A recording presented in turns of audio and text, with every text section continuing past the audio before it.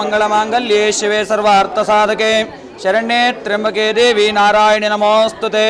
ಶ್ರೀ ಗಂಗಮದೇವ್ಯೈ ನಮಃ. ಇವತ್ತೊಂದು ದಿವಸ ವಿಶೇಷವಾದಂಥ ದಿನ ನಮಗೆ. ಈ ಒಂದು ಗ್ರಾಮದಲ್ಲಿ ವಿಶೇಷವಾಗಿ ಗಂಗಮ್ಮ ದೇವಾಲಯ ಟ್ರಸ್ಟ್ ಹೇಳ್ತಕ್ಕಂತಹ ಹೆಸರಿನಲ್ಲಿ ಈ ಒಂದು ಸ್ಥಳದಲ್ಲಿ ಆ ತಾಯಿಯನ್ನು ಪ್ರತಿಷ್ಠಾಪನೆಯನ್ನು ಮಾಡಿದ್ದೇವೆ. ಆ ತಾಯಿ ನಮ್ಮ ಈ ಜಾಗದಲ್ಲಿ ಬಂದು ದೇವಾಲಯದಲ್ಲಿ ಬಂದು ನೆಲೆಸಿದ್ದಾಳೆ. ಈ ತಾಯಿಯ ಸೇವೆಯನ್ನು ನಾವು ಇವತ್ತಿನಿಂದ ಪ್ರಾರಂಭವನ್ನು ಮಾಡಬೇಕು. ಹಾಗೆ ಈ ದೇವಾಲಯವನ್ನು ಕಟ್ಟಲಿಕ್ಕೆ ನಮಗೆ ಸಹಕಾರವನ್ನು ಕೊಟ್ಟಿರ್ತಕ್ಕಂತಹ ದಿವಂಗತ ವೆಂಕಟೇಶ್ವರವರು ಈ ಜಾಗ ಹಾಗೂ ಈ ದೇವಸ್ಥಾನವನ್ನು ಕಟ್ಟಲಿಕ್ಕೆ ಸಂಸ್ಥಾಪಕರು ಅಂತ ನಾವು ಹೇಳುತ್ತೇವೆ. ಹಾಗಾಗಿ ಅವರ ಒಂದು ಆಶೀರ್ವಾದದೊಂದಿಗೆ ಇವತ್ತೊಂದು ದಿವಸ ಈ ಸ್ಥಳದಲ್ಲಿ ಅಮ್ಮನನ್ನು ಪ್ರತಿಷ್ಠಾಪನೆಯನ್ನು ಮಾಡಿದ್ದೇವೆ. ಹಾಗೂ ಎಲ್ಲ ಭಕ್ತಾದಿಗಳು ಕೂಡ ಪ್ರತಿದಿನವೂ ಕೂಡ ಈ ದೇವಾಲಯಕ್ಕೆ ಬಂದು ಆ ತಾಯಿಯ ಸೇವೆಯನ್ನು ಸಲ್ಲಿಸಿ ಆ ತಾಯಿಯ ಆಶೀರ್ವಾದಕ್ಕೆ ಎಲ್ಲರೂ ಕೂಡ ಪಾತ್ರರಾಗಬೇಕು. ಹಾಗೂ ಆ ಗಂಗಮ್ಮದೇವಿ ಅಂದರೆ ಅರ್ಥಾತ್ ಶಿವನ ಪತ್ನಿಯಾಗಿರ್ತಕ್ಕಂತಹ ಬ್ರಹ್ಮದೇವನ ಪುತ್ರಿಯಾಗಿರ್ತಕ್ಕಂತಹ ಆ ಗಂಗಾ ಮಾತೆಯು ನಮ್ಮನ್ನು ಕಾಪಾಡಿ ನಮ್ಮ ಜೀವನವನ್ನು ಪಾವನ ಮಾಡಬೇಕು ಅಂತ ಎಲ್ಲ ಭಕ್ತ ಜನರ ಪರವಾಗಿ ಕೇಳ್ಕೊಳ್ತಾ ಇದ್ದೇನೆ. ಸತ್ಯಾಸ್ಸಂತು ಯಜಮಾನಸ್ಯ ಕಾಮಾಹ ಲೋಕಾಃ ಸಮಸ್ತಾಃ ಸುಖಿನೋ ಭವಂತು.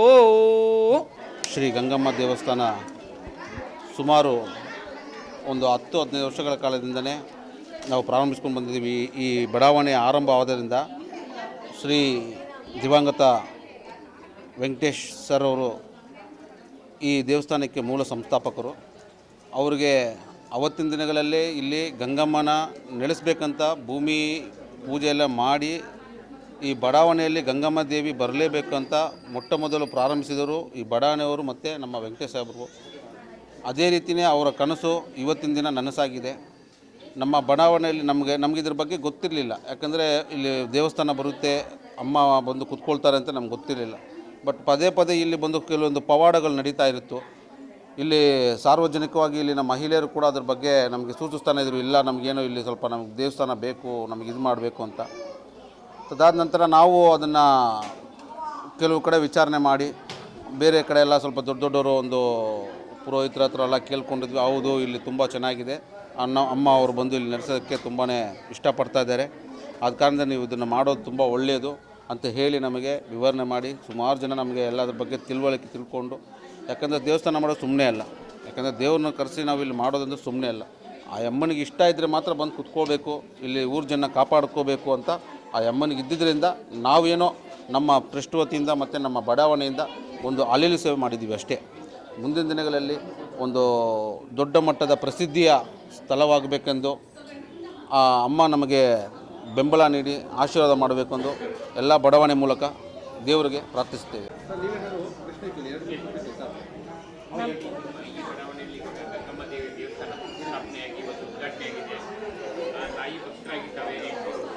ಸರ್, ತುಂಬ ಖುಷಿ ಆಗ್ತಿದೆ, ತುಂಬ ಸಂತೋಷ ಆಗ್ತಿದೆ, ಹೇಳೋಕ್ಕಾಗಲ್ಲ. ನಮ್ಮ ಏರಿಯಾದಲ್ಲಿ ಅಮ್ಮ ನಿಂತಿರೋದಕ್ಕೆ ತುಂಬ ಖುಷಿ. 25 ವರ್ಷ ಆಯಿತು ನಾವೆಲ್ಲ ಇಲ್ಲಿ ಬಂದು ಬಡಾವಣೆಗೆ. ಅಮ್ಮ ಅವತ್ತಿಂದ ಇಲ್ಲಿತ್ತು, ಇವತ್ತು ಉತ್ಪತ್ತಿಯಾಗಿದೆ. ಎಲ್ಲರಿಗೂ ಖುಷಿ ಆಗ್ತಿದೆ.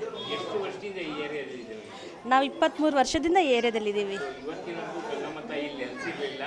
ಇತ್ತು, ಇಲ್ಲಿ ಅಮ್ಮ ಇತ್ತು, ಕಾಣಿಸ್ಕೊಂತಿತ್ತು, ಎಲ್ಲರಿಗೂ ಅದ್ಭುತಗಳು ನಡೀತಾ ಇತ್ತು. ಈಗ ಅಮ್ಮ ಹೊರಗಡೆ ಬಂದಿದೆ. ಏನಿಲ್ಲ, ಅಮ್ಮಗೆ ಬಂದು ದರ್ಶನ ಮಾಡ್ಕೊಂಡು ಹೋಗಿ, ನಿಮ್ಮ ಕಷ್ಟ ಎಲ್ಲ ಪರಿಹಾರ ಆಗತ್ತೆ. ನಾವಿಲ್ಲಿ ಒಂದು 25 ವರ್ಷದಿಂದ ಇದ್ದೀವಿ. ಕೋಟ್ರಸ್ನಲ್ಲಿ ಇದ್ದೋ ಫಸ್ಟು, ಆಮೇಲಿಂದ ಈ ಕಡೆನೇ ಸಮತಾನಗರದಲ್ಲೇ ಇದ್ದೀವಿ.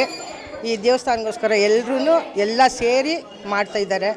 ಅದೊಂದು ಇನ್ಮೇಲಿಂದ ಚೆನ್ನಾಗಿದ್ದು ನೋಡಿ ದೇವಸ್ಥಾನ ಹಂಗೆ ನಡ್ಸ್ಕೊಂಡು ಹೋಗಬೇಕು, ಎಲ್ಲರೂ ಸೇರಬೇಕು ಅಂತೇಳ್ಬಿಟ್ಟು ನಾನು ವಿನಂತಿ ಮಾಡ್ತೀನಿ. ಎಲ್ಲರೂ ಸೇರಿ ಚೆನ್ನಾಗಿ ಹೌದು, ಗಂಗಮ್ಮ ಅಚ್ಚುಮೆಚ್ಚಿನ ದೇವತೆನೇ. ಅವತ್ತಿಂದ ಚೆನ್ನಾಗಿ ಇದು ಮಾಡ್ಕೊಂಡು ಬಂದಿದ್ದಾರೆ. ಇವತ್ತಿನ ದಿನ ಆಯಿತು. ಆಗಲೇ ಒಂದು ವರ್ಷದಿಂದ ಕಷ್ಟಪಡ್ತಾರೆ ಎಲ್ಲರೂ, ಪಾಪ ನಡ್ಸ್ಕೊಂಡು ಬಂದರು. ಇನ್ಮೇಲೆ ಇನ್ನೂ ಚೆಂದಾಗಿ ಮುಂದುವರ್ಸ್ಕೊಂಡು ಹೋಗಬೇಕು ದೇವಸ್ಥಾನ.